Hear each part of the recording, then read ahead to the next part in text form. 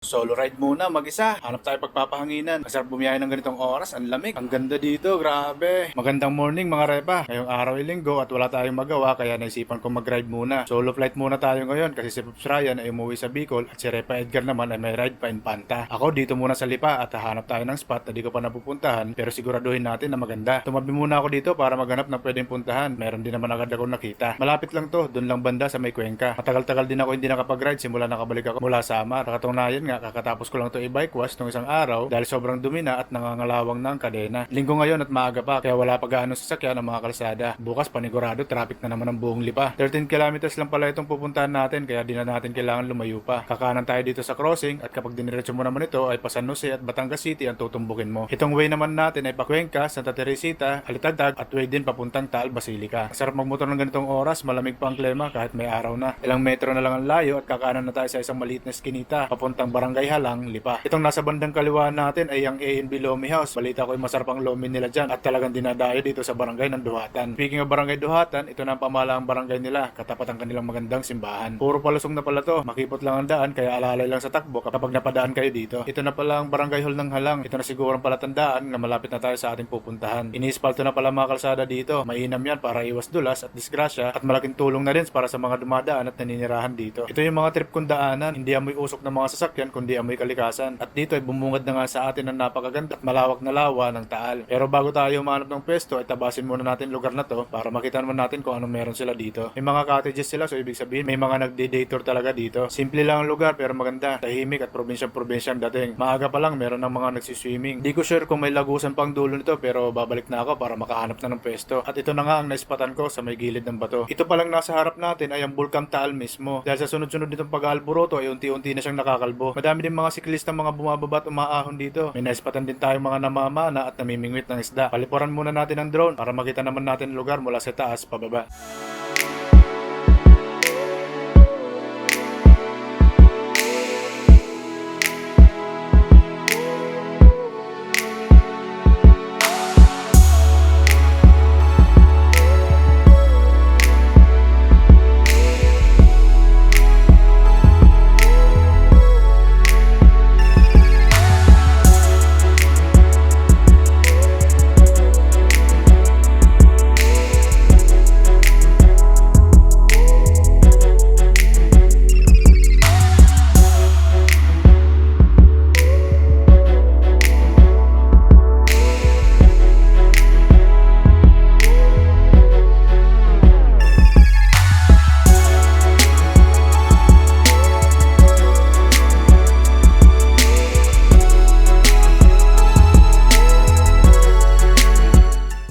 Dito na nga natatapos ang ating pagpapahangin dito sa Tagbakin. Pero bago tayo umuwi ay tayo muna ay kumain. Susubukan sana natin ng lomi dito sa A&B Lomi House. Yun nga lang ay marami nang mas nauna sa atin. Kaya tayo na lang doon sa isa ko pang alam na lumihan, Camp Kawayan. Malapit lang din yun simula dito. Siguro di naaabot ng 2 kilometro. At ito na nga ang Camp Kawayan. Malawak ang parking dito sa likod pero dito na lang tayo sa harap kasi mag-isa lang naman tayo. Nakapag-dine in na din kami dito ng grupo ko. Kaya alam kong masarap din ang mga pagkain nila dito. Marami din na nasa kanilang menu pero as usual sa lomi tayo. May wrap at shakes na pala sila dito. At open sila mula 6 AM hanggang 9 PM mula Lunes hanggang Linggo. Ramdam ko malapit na i-serve ang lomi ko kaya tirahin na natin ang sausawan na to. Pigaan natin ng maraming kalamansi, samahan natin ng toyo at durugin ng sili para talab. At ito na nga ang lomi natin. Sa dami ng toppings sa halagang 85 pesos ay talagang sulit na din. Pag sinabing Batangas lomi ay sa lapot napakatindi. Masarap kainin habang mainit kasi pag lumamig lumalabnaw. Busog-lusog na tayo mga repa. Kaya't oras na para tayo umuwi at ipagluluto ko din ng almusal ang aking mag-ina. Kailangan natin mapakabait para palaging payagang gumala. Salamat ulit sa pagsama mga repa at kita-kits ulit sa susunod na kabanata. God bless!